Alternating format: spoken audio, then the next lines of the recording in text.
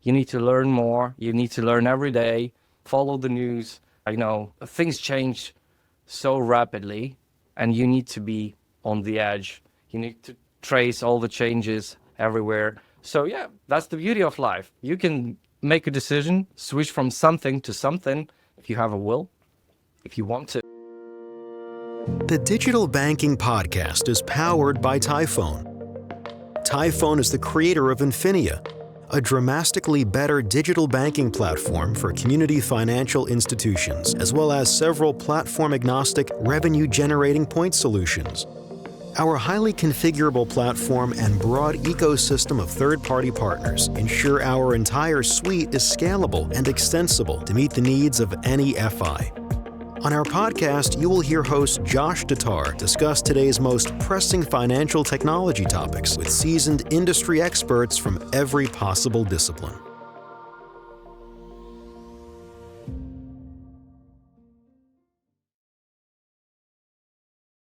Your podcast hasn't officially made it until there's ads in it.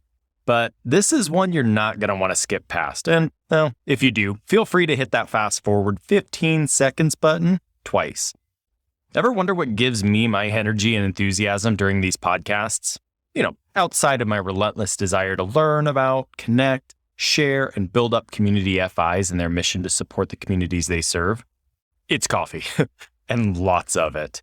Now, you want to know what's better than your regular old coffee?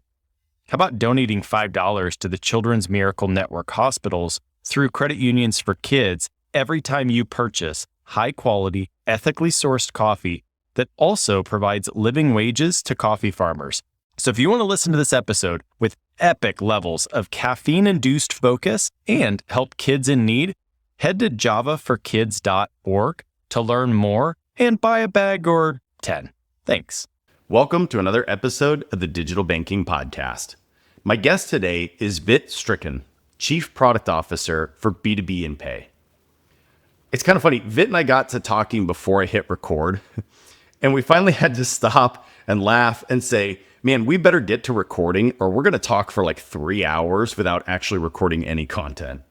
We were talking about everything from our love of cars to the fun stage of life that we're both in with young kids to how much we love to build and create things, and especially things that have value.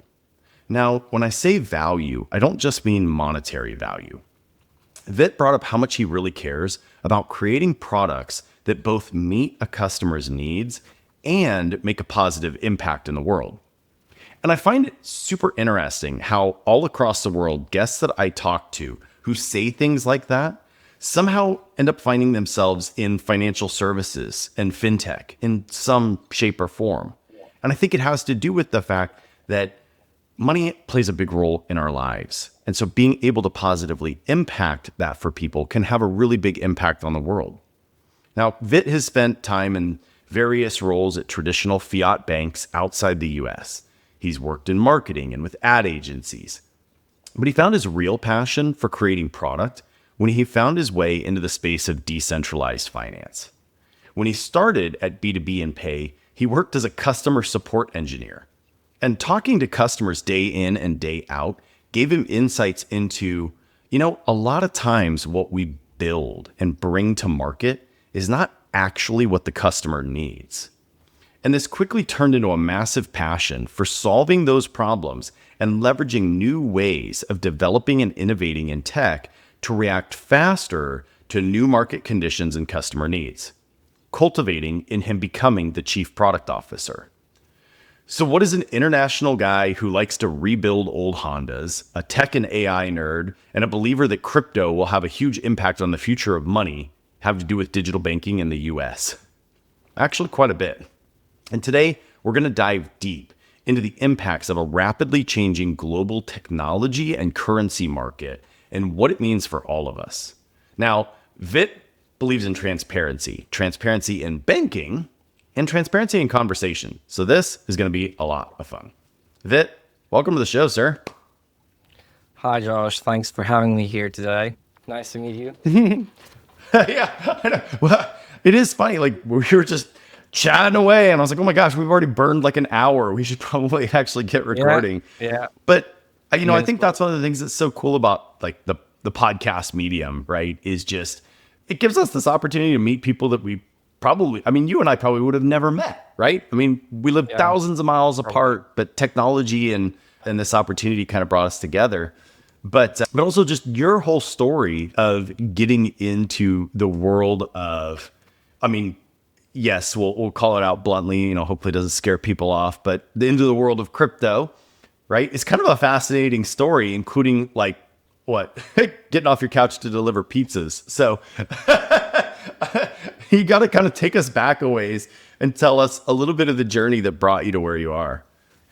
Well, I believe you said the whole story. As you said before, I worked at several traditional banks, fiat banks, I mean.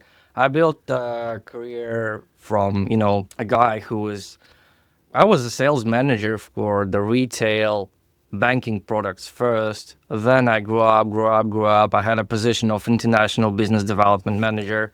Then went to advertisement, all this kind of stuff. And yeah, I had the same career. I was doing things internationally.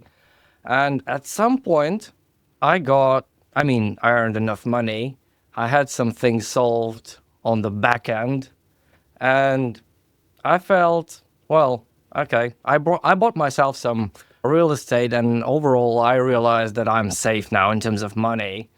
Well, there was a period really when I had 1 year in my life when it was possible for me to go and work anywhere I want to. I had a dream to go and become a taxi driver. I was even working in the pizza delivery, as you said, for 1 day actually, but yeah, it's true.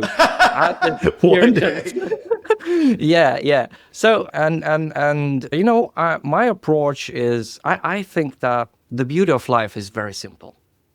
So when I finished my business development sales career, you know, I stayed at home for a while, and my wife, my girlfriend at that time, she said to me, yo, Vit, just go outside and find yourself a job, something.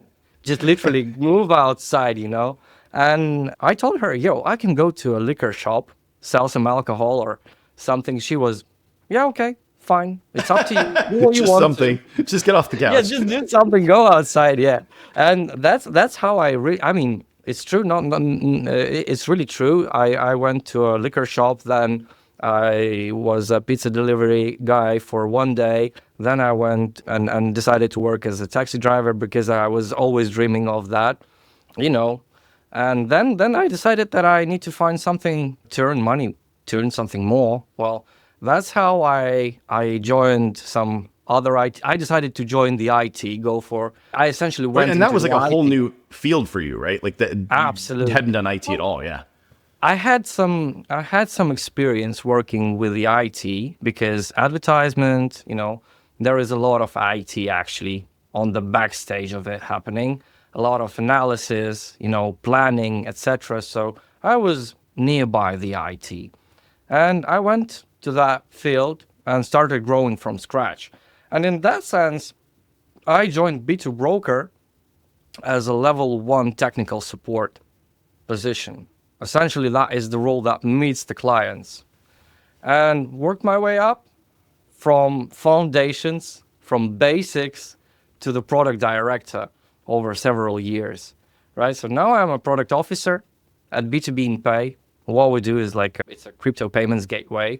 And now it's a cutting edge technology. You need to learn more. You need to learn every day, follow the news. You know, the market is things change so rapidly, and you need to be on the edge. You need to trace all the changes everywhere. So yeah, that's it. That's the beauty of life. You can make a decision, switch from something to something if you have a will, if you want to. If you have the will to do it. I think that's the key to it, right? Like, I mean, it's so easy to say that, oh, you know, that's the beauty of life. Like, you can just make a change. So many of us don't, man. And I mean, I would argue, I don't know. I guess if you looked at me in some lenses, you'd be like, that guy can't make a change to save his life. But then in some areas, I'm like, hey, we have to constantly change. But yeah, for me, one, like career, man, I'm the last. I don't want to, I want to die in one place. Like I just want to keep, but I want to do something new every day in that place. You know what I mean? And I think that sense of every day being something new gives you a different perspective. And, if I put words in your mouth, like that's why you kind of got into product, right? Was you like to be able to do something new every day. And especially in the tech and finance world, like you literally can. You can go to bed thinking you're going to do one thing tomorrow, and you wake up and you see the news and you're like, cool, okay, so my plan for today is out the window and we're going to do something totally different. And so it's like new every day, even though you're in the same routine. Well, look, being a product officer, I mean, it's quite difficult to explain my competences and their boundaries even. So essentially, I combine it with the role of a product manager, right? So I'm fully responsible for coordination of the product development strategy, but not only. I'm not just talking about things like roadmap for, developing new functionalities, Yeah. but also the P&L of the entire business vertical, marketing, PR, sales, maintaining relationship with key clients, expanding the team, hiring employees, internal interactions between employees and different teams, coordination with other businesses and products. I mean, within the parent company, B2 Broker, working with legal, compliance department, finance department, trading department, and with all the external technology vendors, regulators, auditors, licensing, a lot. And whole business is almost at my fingertips now. So I'm essentially surrounded by a huge team of passionate people, all focused on a single goal, growing and maintaining the business. Lawyers, analysts, designers, marketers, account managers, salespeople, accountants, developers, testers, DevOps, support, a whole lot of cool and interesting people, right? So I'm surrounded by these people, and I learn a lot from all of those guys, all the whole team surrounding me. And, well, if we're talking about the changes, if we're talking about, a healthy dose of run processes and changes, well, in crypto, it is very special thing because, working with a payment gateway, I will tell you, I might actually tell you a story. I remember the moment when I was a product manager and I sat down with the CEO, Arthur. We sat down and decided to talk about the product development. So, as I said, B2B Pay was initially it was a subsidiary of B2 Broker. And B2 Broker itself is focused on developing Forex technologies, that basically can provide you a turnkey solution from a website design to liquidity provider. It's a whole suite of different products, including liquidity hub like CRM, matching engine, trading platforms, IB, copy trading, etc. And obviously, B2B Pay itself was originally designed and developed as a crypto payment gateway solution for Forex businesses only, not like investment funds, multi-asset brokers. And we had a conversation with Arthur. I believe it was something like 2 years ago, January 2024, like that. And I said that we need to be objective with B2B Pay. Because even at that point, the client portfolio was significantly different from the parent company's core business. We already had successful cases in different industries like gaming, gambling, merchant marketplaces, travel industry, like, I don't know, real estate, car rental, legal services, marketing services, a whole lot. And at the moment when I realized this, one thought occurred to me that we are already fine. We can cover the needs of the core business. We understand the pitfalls well for that type of business. I mean, FX, Forex. And we are capable of providing a great, at least good solution at that moment. but everything changes dramatically when you start truly thinking about the needs of other types of businesses and think of scaling the product. It literally creates a demand for completely different solutions, features that are specific to a particular type of a business. You begin to think not only about you know, let's have it this way, large companies, but you start thinking of delivering the solution to small, medium-sized businesses. And this literally affects everything. It revolutionizes your thinking, and you begin to work for, let's say, the entire world, all companies, all the people. And this is a very difficult moment in terms of prioritizing the ideas. Yeah. Take small and medium businesses, for example. Companies of that size, practically, they do not have time and money to develop a complex solution. They just need something plug and play, go to, ready, that's it. So they can quickly can start having the advantages and benefits of crypto processing. And they need to have an access to huge audience, potential clients, worldwide, cross-border payments, all the benefits. On the other hand, you still have large clients who are increasingly subject to a regulatory framework, for example, in the regions where they operate. And these necessities, this brings the necessity to develop, specific integration of original solution that relates to AML procedures, KYT travel rule, and this is the operational requirements of the large business.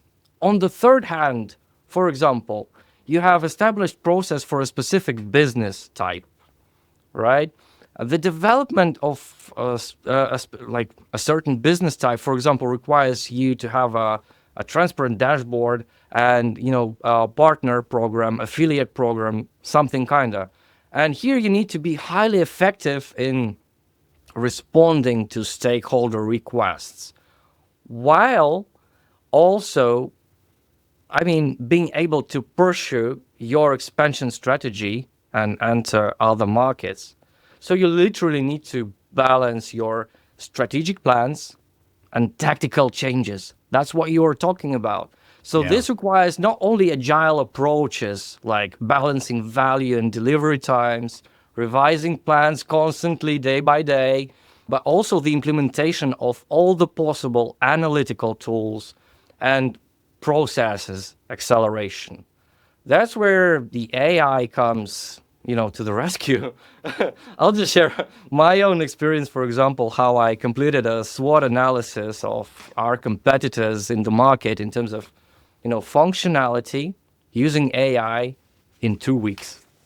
Like in general, it was like 15, 20 companies, and I made it in 2 weeks, analyzed the businesses.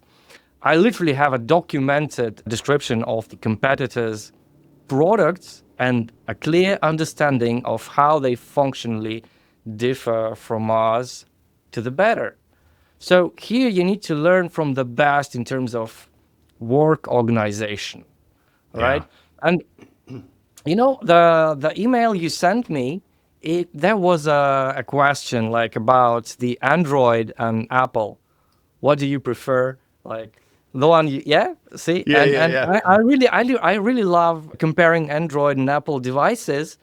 Look, lately Google has been racing ahead of everyone in terms of innovation, but often this innovation is so poorly thought out in terms of functionality and has such a low level of usability. The products even can reach the end of life development.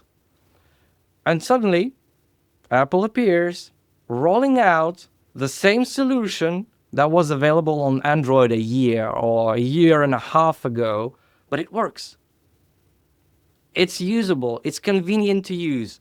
Imagine, Google is developing a wheel, but Apple, from my perspective, fits the wheel with run-flat tires, capable of daily reaching the speed of 80 kilometers per hour, and Also attaches, let's say, some multi-link suspension. So now this wheel is not a part of the carriage, but it's a part of the Rolls-Royce. So, stealing ideas is fine from my perspective. Literally, I will call it the way it is. It's stealing of ideas, but these ideas are to be refined to a higher standard. And obviously, like rebalancing the priority, monitoring everyday life, check what the competitor does, right? It's a process of everyday changes, rebalancing. Dude, you just gave so much to unpack. I don't even know where to start. No, but that's what's so funny is like that's when Vit and I started talking, and we were talking about you potentially coming onto the podcast. It's funny. I mean, I don't even actually remember what we first started talking about. I mean, I think it was literally around like the crypto stuff was what we originally first started talking about. But then we ended up having this whole fascinating conversation around like how your team is like you're completely restructuring the way you do work, the way you hire, the way you do development, and the way you do kind of what you just said in agile, methodology with new AI tools. And that became this whole nother, separate, fascinating conversation. And I was like, that's what we got to talk about. And it's because I think, we've had lots of guests, especially lately, we've had different conversations about AI. Right. And what I find so fascinating about it is like everybody has a different lens and perspective, and they're thinking about it in different ways. And so we have lots of different types of conversations around AI, right? Like people who've listened to the podcast faithfully, thank you, have heard, we've talked about everything from like, what are the impacts on energy and water consumption of AI to, how can you, pick specific use cases that will actually solve for, to is this going to be the next Skynet, and kind of everything in between. But what I thought was really interesting hearing from you was exactly that. You're like, hey, look, I live and operate in a really fast changing environment in the first place. Like, let's just take AI out of the equation, and just the world of crypto moves so incredibly fast, and it's really still very new and uncharted in a lot of ways. And there's still lots of new use cases and new examples and new things that are happening. So you've got to move fast, even just in that sense. But then you layer on top of it, oh, and by the way, now I have these AI tools and methodologies, and you're using them to do competitive SWOT analysis, right? If you're not, and your competitor is, you're at a disadvantage. Like that's just 100%. The world we live in today. Like you have to admit that you don't have to use AI. That's fine. But somebody is going to. And it is absolutely a game level up. And so now you're competing against a different type of component.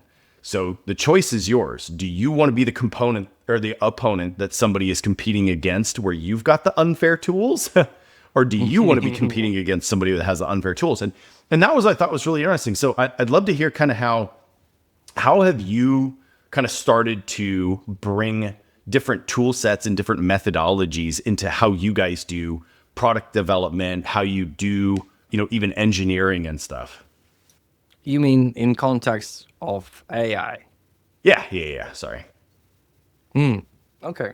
I'm not sure if my answer will be correct or not, but I can only share the experience that we have, because for us, right now, AI, this is the implementation period of 1 year. And you said, it's not only me using the AI in my everyday job. We literally, we have a lot of people, a lot of different departments, a lot of positions, this and that, using AI in the company.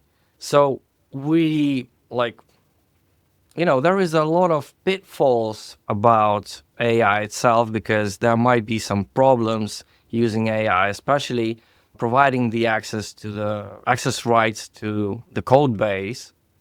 It's a matter of security. Intellectual property security. Our product, its value, and we need to be sure that we can secure it. And talking about the AI, there is a necessity to work with different language models, Claude Sonnet, ChatGPT, Gemini by Google, and all those AI models, they give you different results. Each language model has its own way. There are no standards at the moment. What I mean is, and I believe I told you about this, the comparison with 90s. You remember the time when we had mobile phones by Nokia, by Siemens, and you name the brand, right? So each phone had its own charger, and there was no general unification of a single USB Type-C, right? Yeah. So there are many AIs right now trying to solve the problem of replacing a person, but none of them have yet reached the level of creating an action plan. What I mean, we're boldly talking about the possibility of combining several language models.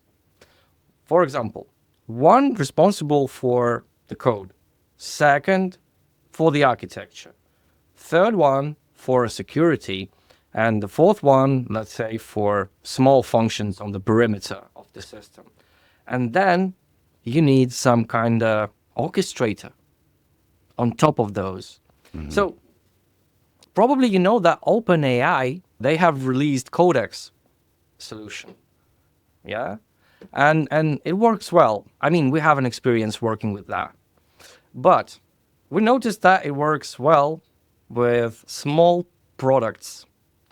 It's very cool that we already have this in place. We have a solution and we're trying to be able to do this, but it's only it's the very beginning. Right now, Codex is only the very beginning. And obviously, we will replace people in terms of routine, like, tests, copywriting, partial replacement of back-end developers, front-end developers. The leap in the market will be very big when the AI replaces junior employees, or probably juniors will be somebody who knows how to work with the AI. And literally, it's not a junior, actually. It's a engineer in writing prompts. So that's the position, actually. And we have seen a lot of startups on the market that are starting with AI approach. We see a lot of projects.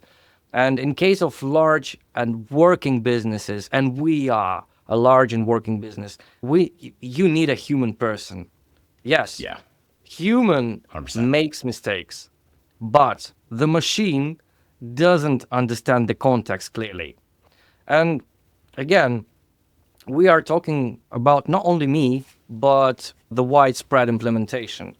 I'll just share you my biggest surprise in the recently when we were writing a documentation for a very large feature, a big one. And my surprise when our designer brought an interface prototypes generated by AI in Figma. He simply fed the AI with the documentation from me and business analyst, and voila. In one day, imagine, one day, he shows us a completely working prototype skeleton. And we're just spending time we have a discussion about how it will be convenient for our users to work with this. We're literally working on improving the user experience right from the start. So and once we finish with that, our designer, then he goes and uses our design system to frame this skeleton within our interface. Incredible. Like, trust me, it's one day to give him docs, one day to design a prototype, and then we add some changes, fix the UX, and here it is. So for me, from my perspective, the question becomes not so much about the use of AI, but about the expectations for its use. Certainly, it is a great tool that helps to save man hours, right? But you need to be very clear about where to invest the resources freed up by this tool. And you can cut costs. You can, and look toward reducing the payroll expenses, possibly. But however, we view this more as a tool for survival in a highly competitive environment, an opportunity to do more, deliver more new ideas, deliver them faster, and test new insight, new theories. So that's it. That's the use. I mean, it probably answers your question, but I think we are aligned in that. Yeah, no, I'm really glad you said that the way you said it. I'm going to definitely steal that from you. Of, you're using it as a tool for survival. Yeah. And you're 100% right? Like if we're looking at it as, I'm just going to use some rough math for something just so the example's easy to follow, right? Let's say it would take us a year to do something and cost us $1 million to do it. One way of looking at AI is saying, okay, great. It can still take us a year to do the something, but we'll only spend $100,000. So we have a 10x in savings. And yes, that could look great on paper, right? The challenge is what happens if your competitor takes a different approach and says, we're still going to spend $1 million, but we're going to do it in a month instead of a year. And now, all of a sudden, yes, your business just became more efficient and cost efficient. But now your competitor is so far ahead of you, you're irrelevant in the marketplace. And now you're out of business. Yes, that's it. Exactly that what happens. If you do not use the tools you have in place right now, well, you're out of the market immediately. It will happen within, 1 year. It's too long. It's a huge time frame. It will happen shorter, faster. If you do not Well, and I deliver think that that's part of what you're saying too, right? Is like even just the time to disruption that we're used to is getting condensed. So when we used to sit there and think, oh, I'll have a year before somebody catches up to me. That took me a year to build. Even if, let's just go back in time. Let's say that a year ago, I used AI tools to build something, and it took me a month to build it. And so today, a year later, I'm sitting here thinking it'll take my competitor a month using AI tools to do what I did. No. In that year, those AI tools got so much better. Now my competitor can do it in a day. So I think I've got a month of headroom ahead of him. I don't. I have 1 day, right? And again, we're just using some really crazy rough examples, but I think the concept really holds true. Like that is what we're facing as pressures of how you have to think about bringing products and solutions to market in this new competitive landscape, right? Yeah, exactly. 100% clear. Right, two possible ways. You are competitive or you're out of the market. That's absolutely clear for me. No other way, no other chance. And it's just a technology. AI or let's say crypto itself, because I'm here to talk about crypto maybe. But yeah, in general, it's just about the technology. Yeah. All of that. Blockchain is a technology. AI is a technology. If you use it, you are upfront. If you do not use it, you lose. You lose money. That's it. Who am I to explain how business works? Yeah. It is kind of simple, like business 101, right? But what I think is interesting too is that like, especially if we apply this lens to, traditional fiat banking, right? This is a really old and stable system. It's been around for a very long time. And I think a lot of times we look at that as kind of almost disruption proof, right? But how many examples do we have of industries that kind of thought they were disruption proof? Your example of your dream, which cracked me up, of being a taxi driver, right? I guarantee you that not that long ago, taxi drivers thought, there's no way technology is going to disrupt my industry. I still have to get in a car and drive the person from point A to point B. This is physical. No one will ever disrupt that. Enter Uber. Instant disruption, right? The movie industry. 5G, internet, automation, automatic driving, and yeah, it's already here. It's already here. So now we're even taking the next level of, and we're already seeing it, right? Like I still haven't had the guts to do it yet. Maybe I'm exposing myself a little bit here as where my technology limits hit. But I mean, they've got a bunch of the like Waymo cars that you can hail as an Uber in major cities, and there's no driver, and you just get in and they go. So, I mean, even going back to the taxi analogy, even then where they're like, okay, well, they disrupted this with Uber, but they'll never get rid of the driver. And here we are. And now the driver's gone too. Right. And so I don't think there's any really truly disruption proof industry. And when you start to bring about this next generation of technology, I would argue that it's made everything even that much less safe from disruption. Working with, I will give you maybe an example because we are working with crypto for a long time frame. And trust me, like 4 years ago, 3 years ago, nobody was thinking of crypto as they think of crypto right now. The same thing, it is a technology, just a technology, right? So right now we sit and we have this conversation, me and you, and we think of getting into the taxi without a taxi driver being fantastic, like a movie scene for us, right?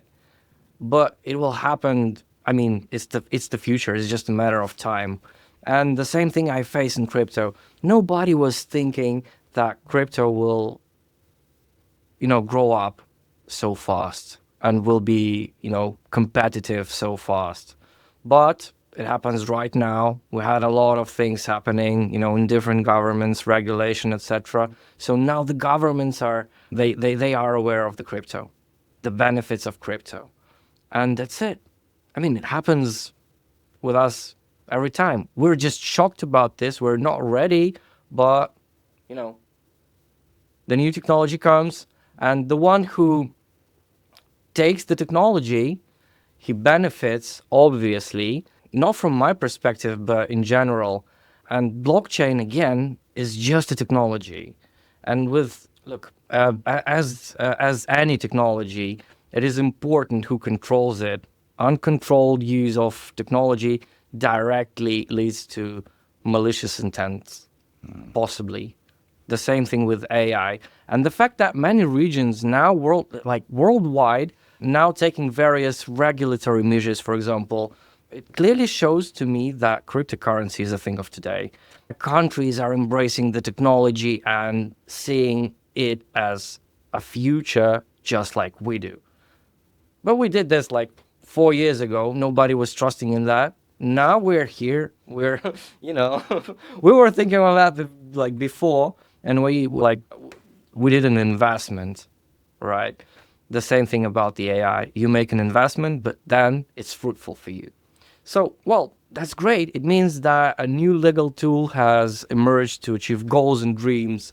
And at the same time, it's like crypto is changing the attitudes toward money around the world the same way AI changes our everyday life. I mean, our work, it changes, it lets us get rid of routine, for example, routine processes, to design more, to be more creative. And AI helps you do the routine work. But you need to check, you need to, think of the expected results, because when we started implementing AI, we literally had people who were split into different categories, 3 categories actually. People stopped thinking and they started absolutely 100% rely on AI. Thoughtless development. I cannot name it else, like anyhow else. Others, they tried AI and used it thoughtfully. Especially senior developers, they began to treat the AI as an additional arm, helper, a user who can be controlled, and they controlled this user. So they fit it with a task, they give it a prompt, then they see the result, then they analyze it, make changes to the prompt, specify some details, crucial details, and that get like, iterationally, like step by step, they get a better result. So, and obviously that was another part of our people. They were basically fearing, there was a fear of replacing people with the AI. Like, it's kind of something happening here. Fantastic. and yeah, that's it. So again, it's just a technology. Who controls it, who understands how to control it properly, those benefit.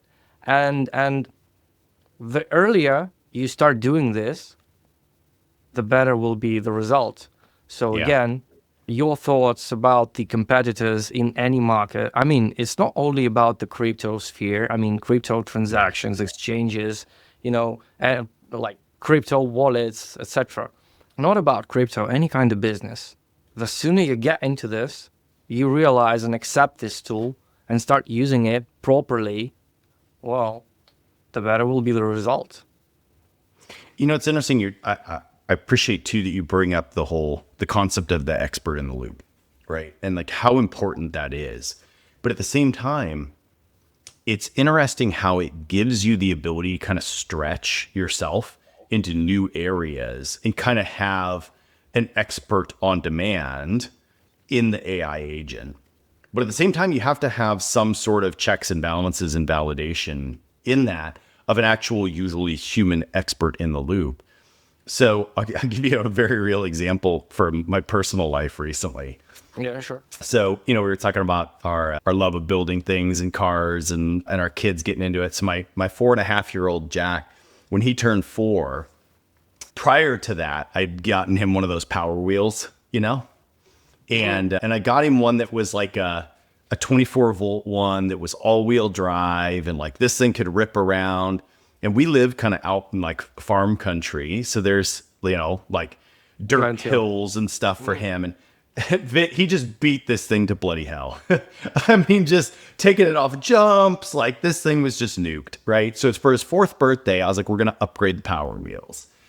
And so he's also big into monster trucks, like the Monster Jam, like Gravedigger and those guys. And so I bought him this electric kind of like off-road dune buggy for kids, right? It was meant for like 4 to 7-year-olds. And it, let's just be honest, it's a like cheap Chinese little kids go-kart type of thing, right? So I got it. And then my son and I together, I kind of hacked it up and we turned it into Gravedigger. And so I welded a whole new frame on it. We put sheet metal on it, got stickers printed, the whole 9 yards. And this became this super fun project that he and I did. And me being a car guy and like I can weld, I can fabricate, I can do all of that stuff. And I'm pretty skilled at it. So we were able to do all of that, right? Well, fast forward, now he's beaten the snot out of this thing already. And it originally came with this little rear differential that had an inline DC motor in it. And it drove one wheel, and then it had a second axle for another rear wheel that had the brake on it. And so when he would hit the brakes, only one tire stops. And when he hits the gas, only one would drive. Right. And so, I mean, it was fine and it was great and it worked. But like I said, he kind of beat this thing up and that whole differential just exploded. And I was like, all right, we're going to now we're into, I'm having to rebuild this part of the go-kart. And I was like, well, we're going to do this thing right. And I'm going to do it once and for all. And I'm going to build it in a way this kid can drive until he's like 12. Right. Here's the challenge. I can tear apart a, Chevy 350 engine and put it all back together in an afternoon. I understand the internal combustion engine. I don't know squat about electrical. Like, that's just not my area of expertise. I've never really dabbled in it. Could I learn? Probably. I've just never put the focus on it. Right? So I'm like, I have no idea what I'm doing with rebuilding this system. You're a petrol head, like. Yeah, I'm a petrol head, man. And so where did I turn to? I turned to ChatGPT. And I gave ChatGPT all of this context about my son and what we've been doing and what he's been driving and what my desired outcome was. And we ended up having this, huge long conversation. And ultimately what I arrived at was I said, hey, look, I want something that he can drive today as a 4.5-year-old, but that can last him until he's like physically too large to even fit in this thing anymore, which is probably going to be 12 years old. It's got to be able to cart him and little sister around. It weighs this much. I want it to be able to do a maximum of about 25 miles an hour. I want it to have gobs of torque so we can get up hills and things like that. I said, and I want it to be able to, have a run time of at least like an hour or so. And I said, so what do we need to do? And so I'm going through with ChatGPT, and it makes a recommendation for a motor, a controller, a battery setup, a gear ratio. We end up doing a chain-driven solid rear axle with a jack shaft in the middle to reduce the gear ratio, all of this. And ChatGPT is 100% confident this thing's going to rock, right? Mm-hmm. So the motor is the part that I'm like most concerned about. I'm like, is this really going to be right? So I tracked down the manufacturer of that motor and I called them. And I walked them through what I was going to do. And they were like, yeah, that motor's not going to work. Mm-hmm. ChatGPT was 100% confident that motor was going to work, right? So then I went back to ChatGPT and I was like, hey, I talked to the manufacturer. They said this thing's not going to work. And ChatGPT was like, oh yeah, you're totally right. The thing's not going to work. I was like, cool, thanks. How about a new recommendation? Finds me a new recommendation. I call that company. They're like, oh, 100%. This is exactly what you want. This thing's going to work. The rest of the setup that ChatGPT recommended, we recommend that too. Like, you're good to go, dude. So I get everything. I've spent the last 2 weeks, welding up new motor mounts, putting all of the gearing in, putting the new axle and wheels and tires on, because that's what I can do. But now I've hit the point where I got to wire all this up, and I don't know what I'm doing. Well, thankfully, my best friend is a commercial electrician. Well, it's not an IKEA furniture. It's not do your own. Yeah. Like we've hit the limit of DIY. And so I call my buddy and I'm like, hey, Dave, I'm at the point where I need you to wire this thing up for me. I need to hire you to come and wire this thing up for me. And he was like, okay, cool. Send me the specs on what you have. And he's like, do you have a wiring diagram? And mind you, we're texting while I'm on a flight home from LA the other day. And I was like, kinda. And he goes, bro, there's no such thing as kinda. You either have a wiring diagram or you don't. He's like, do you have a wiring diagram? And I was like, well, ChatGPT did create one. And his response is just ... And trust me, the result of that. And I'm waiting. Exactly the same as the initial choice of the engine.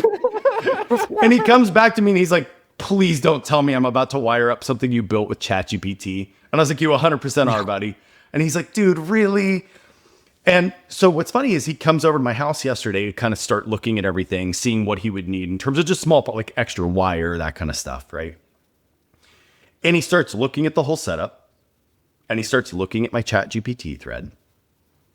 And he's like, hey, I have to admit something to you. And I was like, what? And he's like, I've never used ChatGPT. And I was like, what? I was like, dude, you're missing out. And he's like, yeah, well, case in point, you're over here using it to build this go-kart and who knows what we're going to end up with. And then he starts looking through it all. And he's like, this is a really solid setup. And he's like, yeah, no, the wiring diagram's actually right. He's like, yeah, I actually do need to go get that fuse for that. And that will actually hold that whatever amperage or whatever it is, right? Again, I don't know that stuff. That's why I have him. But the point I'm trying to make is that I had to have that expert in a loop at a certain point. And so it made me really confident to go do the project, to start the project. But you also have to know where your limitations lie and not just completely blindly trust. Now, what's interesting is there are elements of what you can get out of AI tools that you can totally blindly trust. Those things are grounded and you know that those are legitimate. But there are also things like the motor recommendation, like the wiring diagram. I need an actual expert who understands, oh yeah, no. You send that voltage through that, you're going to nuke your motor, dude. Right? And that's what I would have done, Vit. I would have just followed it all blindly, and I could have potentially nuked my motor. Yeah, exactly. But you know what? I have another thought about this thing, like your story, about using AI and ChatGPT to help you with your son with that project, because obviously what you are talking about is an education, an expertise. So using AI at least needs a certain level of knowledge and understanding and learning here and there about this and that, to have an understanding of what you're going to do. Because obviously, trust me, that was one single question you asked ChatGPT if it will be suitable for the Lord's how I plan to use it, and you had this in your mind that it might go broken, right, because of the Lord's and weight, for example. So you have it in your mind, you have this understanding, and you know what to ask actually. So it's not about the prompt, but you ask ChatGPT, it gives you an answer based on SEO, site optimization. So the topic I want to tell you about now, and even not tell you, but my thoughts here are not only about the education you need, but about the marketing, the ads inside, AI systems and platforms. Because actually what happened, if we dive into the case a little bit, you will suddenly realize that it was ChatGPT using some external ads to make you go and buy like the initial engine, right, or the motor that was not suitable. It's just ads. So it takes information from the open source, and if somebody is advertising aggressively, what happens? It will, in case if you didn't have that one question, if the motor is okay for the project, if it's suitable, well, you will end up buying that one. Trust me, not everybody is a petrol head. Not everybody understands how do cars work, what's the design of the system. And not everybody is capable of asking that one single correct question. And it's almost everywhere. You need to be an expert, you said, you need to have a certain level of education. But the topic is really interesting because AI right now, what it uses, ads. I have concerns about this. You cannot follow the AI simply like, you ask a question, you have an answer. Oh, trust me, no. And I faced the same thing. I told you about my experience in SWOT analysis of competitors. Mm-hmm. I had the result, a huge amount of text, comparison, etc. But then I just do dive into the details and go check everything. If this or that function already exists, if it's in the market, so human is still needed here. And not a simple, once again, it's a matter of education and combined with the marketing on another side, advertisement, right? You need to be clever enough to ask questions and go and double check everything. Because AI is a great tool, but if followed blindly, like it gives you wrong results. That's what I said you actually about that example that takes you to a bad code, bad solutions in our experience. Yep. Those developers, it's actually about the developers who just, ask AI, get the result, and that's it. Their job is done. Whoa. Yep. For us, once again, it's an experience of 1 year. So we know about this pitfall, and yeah, you just face it as a fact. The earlier you start with AI, for example, the earlier you understand how it works. So now you are an experienced user and you have an additional knowledge and you can use AI in your projects and it will bring you like proper result. Once again, probably will end up in prompt designers. Probably, maybe AI will be that clever to give us proper result in the nearest future. But still, human is needed. Yeah. You bring up another interesting kind of talk track around that. It also depends on what you're trying to accomplish in terms of like how much trust you can put in the AI system, right? So I'll give you an example. It's funny. I always love to see like my wife and I think so very differently. And so like how we use tools and go about things is so different.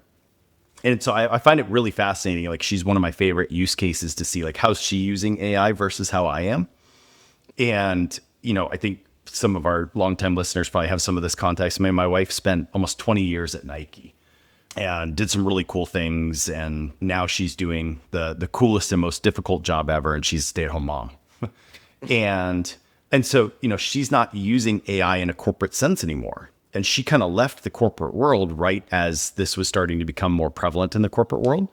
So she's trying to figure out how to use it in her day-to-day life. And just recently, with my best friend who's helping wire up the Gravedigger, we split like a half of a cow. So you get like a local butcher who raises the cow, and then, they, vacuum seal it all up and give it to you and everything. So now we have this freezer full of all these different cuts of meat. And, you get all sorts of stuff that includes the stuff that you really, really like and want. And then some of the stuff that you're like, I don't know what to do with this. And my wife's solution was really cool. She just went out and just like takes a picture of one of the vacuum sealed bags, plugs it into ChatGPT, and she's been feeding it more and more context to this agent about what types of meals we like to eat, what type of flavor profiles we like. And so like last night, she literally took a picture of it and it was like, you should make some carne asada tacos out of this. And she was like, love it. Sounds great. Like, how should I cook it? And it was like, well, what do you want to do? And she was like, oh, and by the way, like we have these tools. We have a barbecue, we have an oven, we have a sous vide.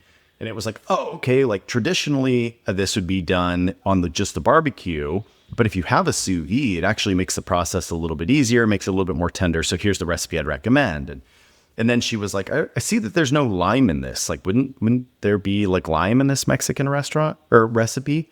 And it was like, oh, great question. Like traditionally authentic would not. But if you want to squirt a little on top later, that would be great.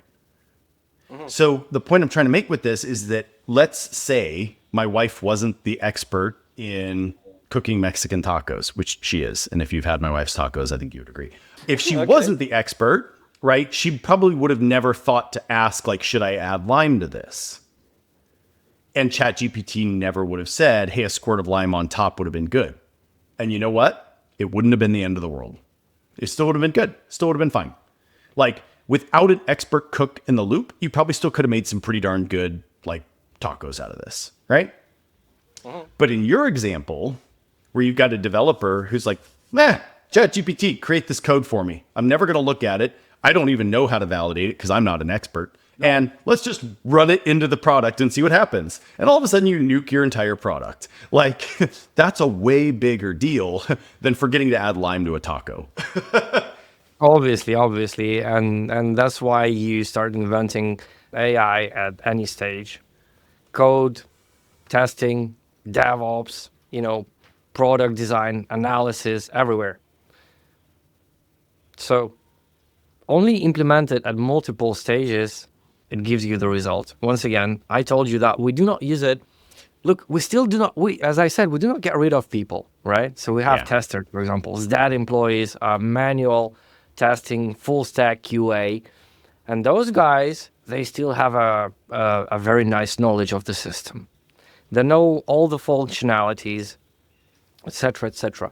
They might ask AI to write a test case even to analyze the docs, what is in definition of done of this or that functionality. And AI will give you an extract. What are the corner cases? What should be considered? Some sensitive information, right? It will give you the result. So only in case if we implement it across the whole, not only development. That's actually how we figured out that there are such developers. So we had testers. Yeah. Oh, that's crazy. That's actually kind of funny. Yeah, exactly. So we had testers for that, and it's just their work. They just dive into the extract of information, the most valuable information. They do not read, the whole specification of a feature. Usually it is a very big thing. It has a lot of explanation. It has a certain format, etc., etc. But you need to grab take the most valuable hints, things, use cases to find out how it should work. So somebody didn't really, I mean, for example, one developer didn't read the docs properly. He just fed the docs to the AI, got the code, work is done. Okay, I'm finished. But then this is another step where you can have a check from QA team if it's done properly or not. So that's how, like, literally, this is the difference in people position. And that's why you still need to have this department. Yeah. I mean, QA testing is that automation of tests, functional, and like any kind of tests. It's still crucial, especially if we're talking about money, because I do develop a crypto payment solution. So like, money is inside the system. Security is crucial for us. It's one of the most important things I think of every time. And one of the ways how we solve it is we have a lot of QA and a lot of testing, and those guys are well educated. So once again, we're looping. You need to have an educated person to, use AI. That's it. And I might share with you some of my experience, because I use AI not only in, like you said about like your wife's experience using AI in everyday life. Well, it's not an everyday life, actually.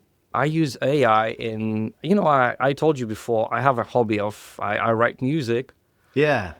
And my shock was recently, I figured out that I can go and ask Gemini to write some lyrics for me in a style of, let's say, Roots Maneuver or Nas, or, I mean, Snoop Dogg style lyrics. I need to have a phrase like, and I just type in the prompt, I get the result, and then I start, okay, I want to add a hint of, let's say, some other artist. I want to have a topic explained in this lyrics, in this piece. And then I can use another AI, once again, to voice this lyrics. So it will sound exactly like, any popular singer or rapper, and that's that kind of stuff. Then you go to another AI and ask, well, I need chords, for example, progression, a chords progression, like for the track, literally a MIDI section for, and you want it to be a minor or major, like, the scale, and that's it. So you ask another AI for another thing here, and it gives you another result. So you are the orchestrator, you are the human, you filter, you fix the prompt, you add more details, you get the result that fits your needs, and you combine multiple AIs, all of them together, working to get the proper result for you. Whatever it is, your everyday life, trust me, like, you might go and ask another AI about the Mexican cuisine, for example, another recipe. And as I told you, the result will be absolutely different. Go compare them. Still spend your time. So that's what I do. And in music, the same thing. I was shocked about the possibilities.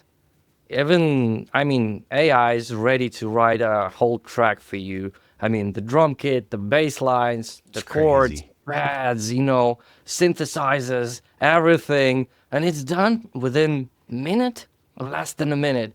It's generated. You just ask you ask for the results, and that's it. So the AI, once again, is here. Just we need to know how to control it. Yeah. It's just technology. I tell you what, it is really cool to see how far it's advanced and the different disciplines that it can help with. And kind of like your example with music, the one that really blew my mind recently was I used ChatGPT 5.0, and my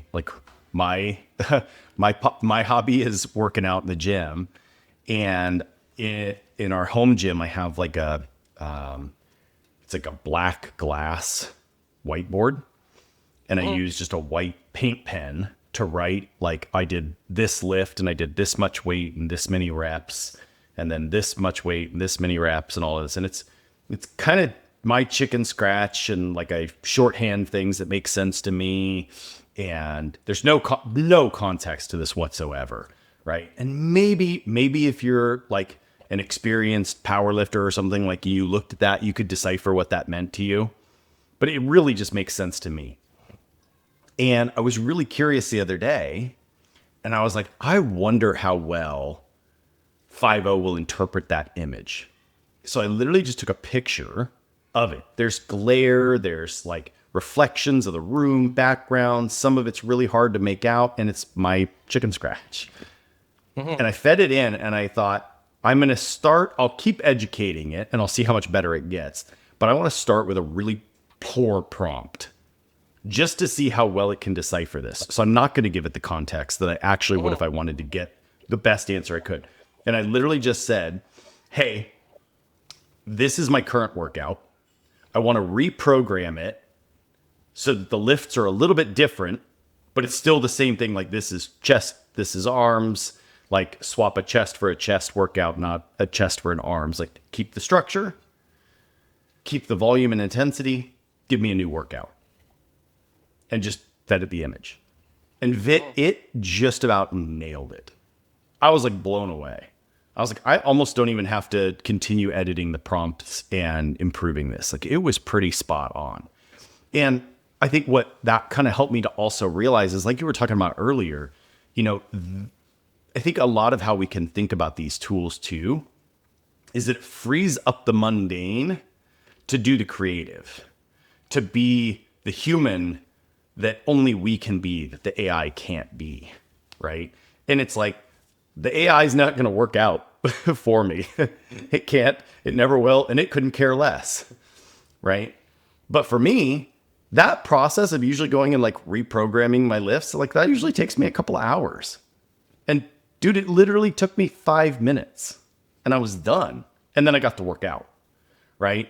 And so kind of what you and I were talking about earlier, it's like, I want to get through. I'm really, really passionate about my work. I love what I do and I love to work, but I want to get through it. I want to go hang out with my kids. I want to go see my wife. I want to go have dinner. I want to go to the park before the sun goes down, right? Like that's what I'm trying to get to. So if my AI agents can help me get through my work faster so I can go spend more time with my kid at the park, that's a win, man. That's pretty cool. Obviously, all of us work, and I mean, the desire stays the same, to spend some time, to have, actually to have your life. I mean, Yeah. we're living in a very fast world, and the desire stays the same. I want to live my life. So I want to be successful. I want to have a result. I want to make an input for the entire world, but still I want to go to my family. I want to spend my time with my child, go outside driving a car, show some places to a kid, have a evening with my wife in a restaurant, eating our favorite something. Yeah, that's just life. So for me, AI, once again, it's a tool that allows me to spend less time on work, but not actually to spend less time, but get better results, Yeah. build processes, etc. So it's not about time management, but also I think that AI gives you the possibilities you never had before. What I mean, it allows you to make your dreams come true in your everyday life. It's not about only, or music creation or cooking or something kind of hobby.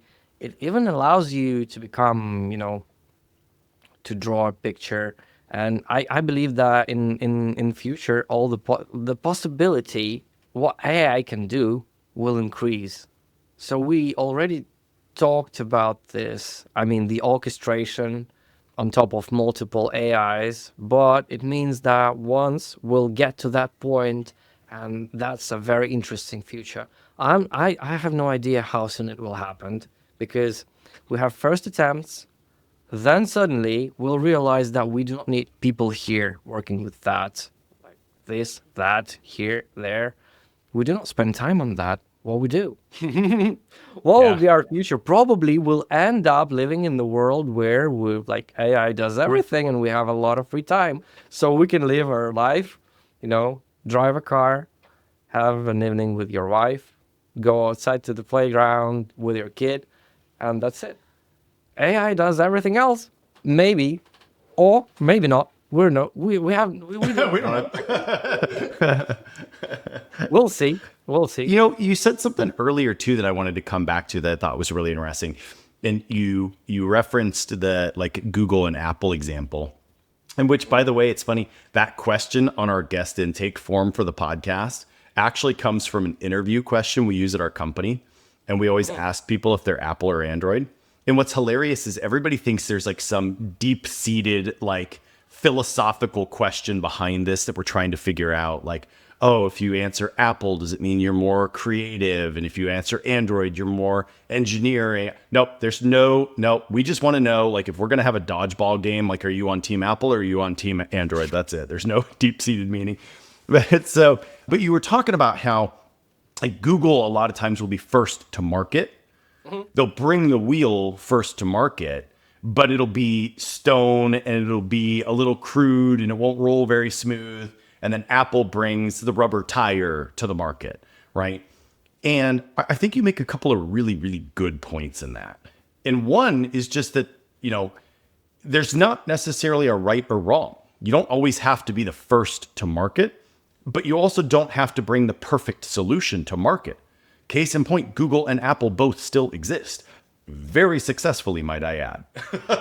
Yeah. I think they're doing okay, right? So there's multiple paths that we can navigate through this. But at the same time, like that is what we're trying to do. We're trying to quickly bring things to market and then we're trying to iterate on those things.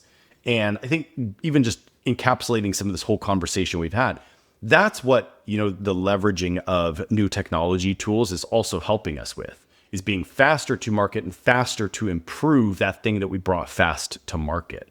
And so I think there's some pretty cool stuff that we're going to see out of just the acceleration of that cycle, not even just from the big tech, giants, but to us too. Oh, you know what? It suddenly takes me to another thought. I think you said about Google, you said about Apple, and you said that there are different approaches. Hey, we have people working in there and they have different mindsets, probably. You said that. Maybe they have like a creative approach and more like engineer approach to things. Maybe, we do not know. Obviously, the products, Google and Apple, those are different. In multiple ways, they are different. But hey, we discussed with you today that you need to have multiple language models to get a result. The same thing in real life, probably. So you need to have Google making invention and Apple polishing that invention to ease of use and, real market delivery. So we still need to have a competitiveness in the real life between people, between businesses, companies. It's very important. I believe in case if everybody, all the companies will have the same language model or mix of them and will ask the same questions like, I want to do the best products, like I want to have the best solution. Well, there will be no difference. You will have exactly the two same things, right? You won't get the variety. You won't get that selection of, let's say you have Ferrari, you have Ford, you have Dodge, or you maybe have Jaguar. Like different cars, different approach to doing things, right? And that's what is human here. Making some mistakes, probably Apple is late a little bit. Google is too fast, but not that polished, not that good. And that's the competitiveness. You make a decision, actually. How soon what kind of solution do you want to bring? If you want to be a super fast and deliver, well, you might fail. Really, that might happen with you and with the business. But if you think that you will deliver only a polished solution, well, you might be too late. Yeah. You might be too late with that because, probably the simplest thing, the simplest solution will work out in not great. I mean, you do not need to have this overthought. That's it. So humans are still in play. We're like, we're here, we're working. That's okay. Let's have this competitiveness, and we'll see how it works with AI. For me, it's just a tool. How do Yeah. you think? This has been an absolute blast chatting with you, man. I feel like we kind of went all over the place. And again, I think that's what's so cool about the podcast, right? And like we were even talking about this before we even started recording. I was like, man, I don't even remember where we actually started this whole conversation. And when we were like, hey, we should be on the podcast. And then now we're over here talking about this. But it's been really cool to kind of get your perspective on just the changing landscape of tools and how we can be thinking about it. But hey, before I let you go, I got two final questions for you. So where do you go to get information about kind of what's happening and what's going on in the world? How are you getting your info these days?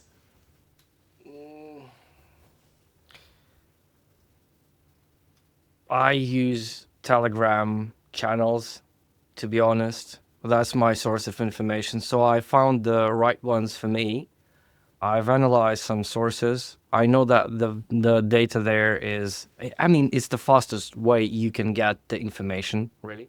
It's at your, available to you in the morning. You wake up, I wake up in the morning, I pick up my phone, scroll upwards, downwards, see what's the news. And probably the best thing will be to use AI. I mean, in terms of crypto news, regulatory changes, Yeah, I bet. legal compliance, etc. Well, the world is big, and change is happening. There is a lot of things happening even in one day, so you cannot trace all of that. And I believe what we need to do is to design some sort of AI solution that extracts the information from the trusted channels you have, whatever it is, a newspaper or a website, something dedicated to something, another source of another media, ones you trust. So you just cherry pick the right ones for you, and then you use AI again to extract the valuable information. So you wake up, hey Gemini, tell me about the latest news, what's most important for today. And that's it. Because it will save the time for me. And right now, once again, I just use Telegram because I know some channels that are very useful for me. The information there, the insights are very fruitful. It impacts some of the decisions I make. And, it's quite okay to forward the specific message, specific post in Telegram, for example, to my mates, to my team, discuss it, out of working chats, how we're going to treat this, this or that, improvement in specific blockchain, our regulatory compliance, etc. Hey, what are we going to do with this? We might even message each other, not going to, open the laptop, sit in front of that, and not having corporate chats, just simply message each other about, and it's easy to share. So social, sort of social media, but for me it's Telegram right now. Find social media. Yeah. No, I'd tell you what, that's a big takeaway for me. I'm definitely going to set up an agent to go pool my news sources. That's a great idea. I'm taking that one away. Well, last but not least, if people want to connect with you or if they want to learn more about what you guys are doing at B2B and Pay, how can they do that? Well, obviously, we have our website. It's possible to reach out to us through the b2broker.com website. It's the parent company. In terms of Forex, but still it's possible to discuss B2B and Pay, a request, a call, reach out to our guys for a demo, and that's it. Also, B2B and Pay website. The easiest way to reach out to me personally, obviously, find me in Telegram, just send a direct message, or find me in LinkedIn, send me a message. If talking about the B2B and Pay, well, I'm not sure if I don't know, want to have a sort of product placement here, but we did a lot of things in previous half a year to deliver the functionality, and there will be a nice update in the nearest future. So what we'll do is automatic onboarding thing. So everybody will be able to make a registration in our application and immediately jump into the sandbox environment and have the functionality of the system at the fingertips, test it immediately. Oh, that's cool. And then make a decision. Try it out. Just try it out before going mainnet. Just try it with the testing funds. That's it. That's so multiple cool, man. ways, mostly website, our social media on each website, the one you prefer. All of them are usually in the footer of the website. All the links are there. We know the drill. Yeah. That's it. Well, again, man, it's been an absolute pleasure getting to chat with you. Thank you so Me much for too. coming and being a guest on the Digital Banking Podcast. Josh, thank you very much. We discussed so many things. It was very interesting to hear from you, like your opinion. Awesome discussion. Thank you very much. Yeah, I agree, man. Thank you.